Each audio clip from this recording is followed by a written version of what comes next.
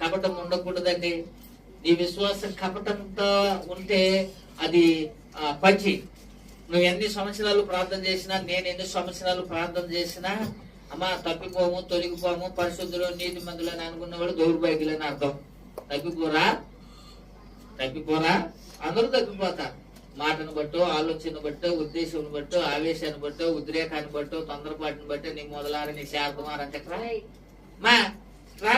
అసలు ఎక్కువ తిట్టేది భార్య భర్తలను తిట్టుకుంటుంటారు. ఒకరికొకరు తిట్టుకోరా, వాళ్ళే తిట్టుకుంటుంటారు. ఎందుకని? ఒకరి పద్ధతులు ఒకరికి నచ్చవు కనుక. కాబట్టి తిట్టుకుంటుంటారు. నేను తిట్టుకోలేదండి అన్నవాళ్ళు ఎవరైనా ఉన్నారు చేతులు ఎత్తండి అమ్మా. ఇప్పుడు తెచ్చిపోద్ది మీరు మీ భక్తిస్తాను చెప్పరా? మీరు మీ తిట్టరా? మీ వాళ్ళని చెప్పరేంటండి? ఎవరు తిట్టరా? మీరు మరి పరిస్థితులు అంటారేంటి? మరి ఎందుకు ఉపాసాలు సరి చేసుకోవాలి లేదా ఏమా? సరి